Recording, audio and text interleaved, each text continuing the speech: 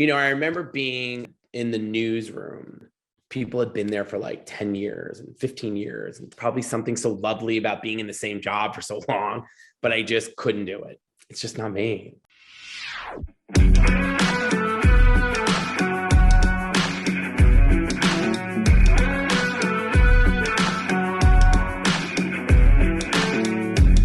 Wanted to have some say over what I owned and what I was doing. And so over the last 2 years, after working at Red Table Talk, Good Morning America, my business partner, who was my boss for many years, and I started a production company. And we have 2 shows that are coming, which is great.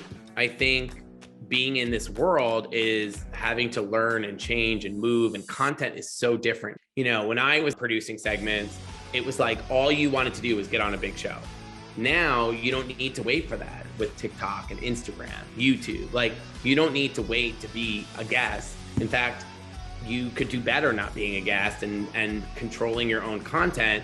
So we've gotten into that space a lot with brands and companies, and we have a new project, a restaurant chain, working with them on like, what's the content? What is the experience? How do we create things that people can engage in while they're coming to this restaurant?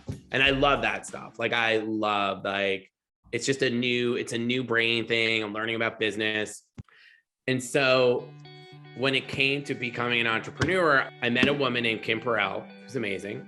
Written 2 best-selling books, sold companies for like hundreds of millions of dollars.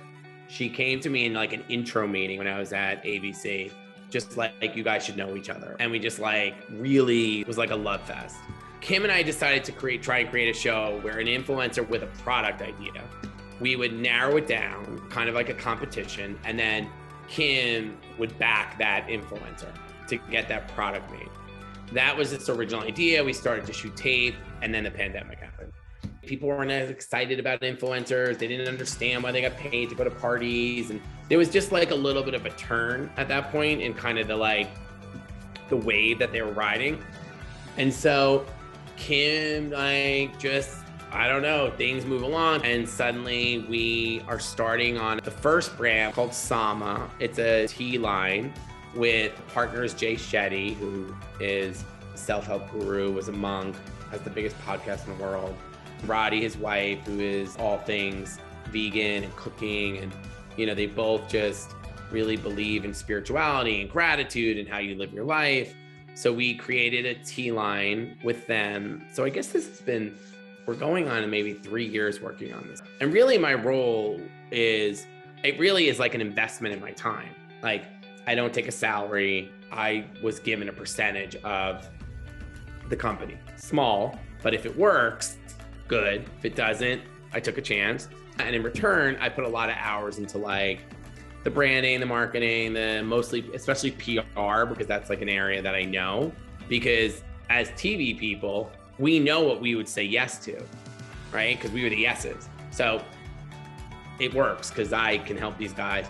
So I did a lot of Sama. Sama's up and running. We are hopefully working on something new coming for the summer. And while that was going, then Winnie Harlow came into the picture with K Skin.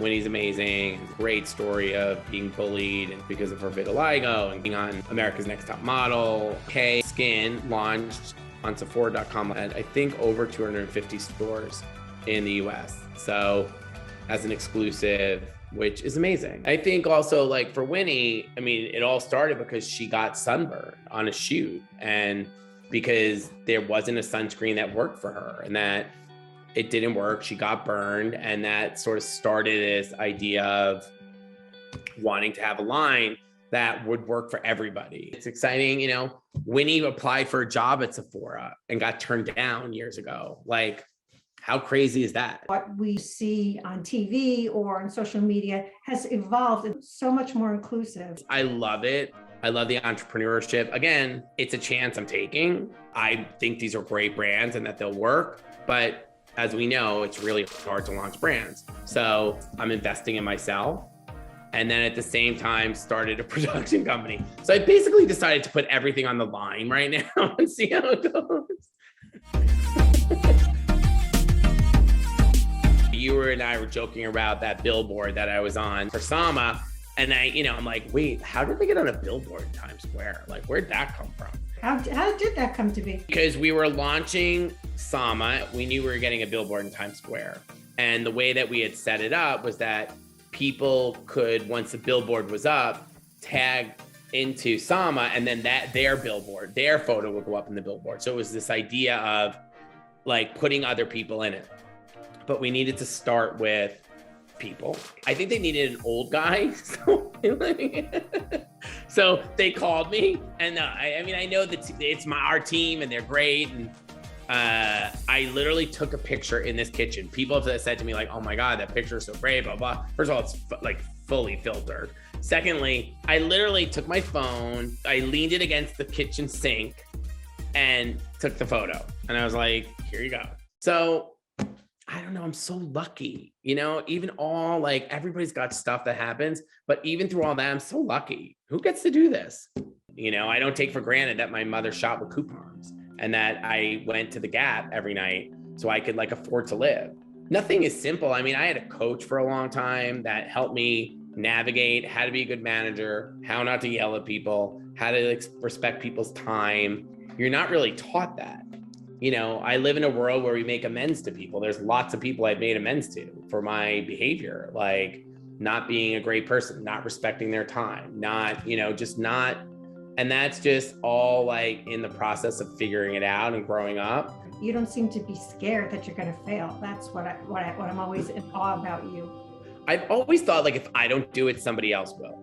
I had a moment last week with Kim, who's the founder of these two brands. You watch the ebbs and flows of a business, and she sent me this funny cartoon or this funny graph about like being an entrepreneur, how it's like one day it's great, the next day it's up, the next day it's down, next day it's up, next day it's down. And so, I still find that part hard. And like, am I making the right decision? Should I just work on a big show and not try and navigate a company and, doing extra consulting to make sure that I have income and and I'm grateful because I have stuff, but it's scary.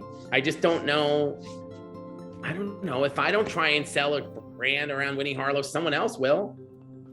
So I'm like, all right, I'll try. And if it doesn't work, I don't know. My sort of saying is like, I've taught my nieces, this is just like, keep it moving. You got to just keep it moving, people. Keep it moving, keep moving. Life is going to throw you curveballs. Shows get canceled, products get canceled, things work, things don't work. But like someone taught me this thing a long time ago, which is that you set a timer. So like you get really disappointed about something. So it could be work, it could be life. You set a timer for 5 minutes or however long, you let yourself be so unhappy about it, so angry, unhappy.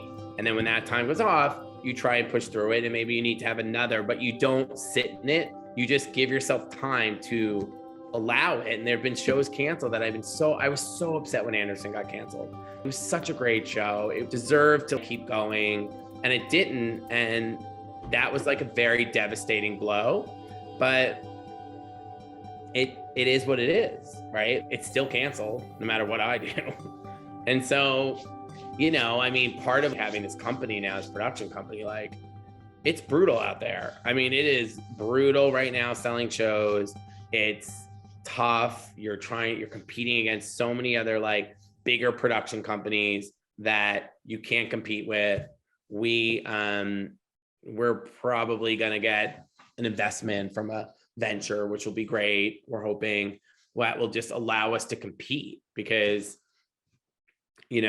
part of being in TV and creating ideas is that you're, like it's me and my business partner, we are doing everything. Like we didn't start a company with like assistants and bookers and, now we have something in, production. So we do have a team that is doing that. But like, if I see a story, right, I'm DMing the person, we're working on something right now that we're casting. Like I don't get a tape of possibilities sent. It's we get on Zooms and we meet 15 people and we decide if that's worth it. So, I've never been above it, the work. Like I, in fact, missed I don't miss some of this work. Like I don't know how to set up a Zoom, which is why, again, I was late because I literally cannot set a Zoom. I can't set a schedule. Am I a good editor? No. Am I good at spelling? No. Am I great like with people? Yes. Can I get stuff out of people? Yes. Am I creative? Yes. Can I write treatments? Yes. But like, I know what I'm not good at. I don't want to try and do it. I'll just say this, like the other thing that I think is like, how do you embrace all these other like platforms, you know? Like it's me, it's like, I don't know, there was one platform, TV, like that's it. Now it's like TikTok, Instagram, YouTube, like where can you find your audience? And then also, what do you need to produce for each one? And it's fun. I'll tell you a funny story. When we were launching Sama, you know, I have all the young kids. They all think I'm like the old guy. And they're all like, the Instagram, the influencers. I'm like, that's how we're gonna, okay. I'm like, here's what we gotta do. We gotta get on Ellen and we gotta get on Dr. Oz. No. Get on Ellen, get on Dr. Oz. Sales like crazy. So like all this stuff is happening, but like there is still a giant audience in that broadcast world. You know, you get a book on The View and you will sell books. You have a very good chance of hitting the bestsellers list. All right, I gotta go work, but I love you. Bye. Congrats on this. Bye. Thank you.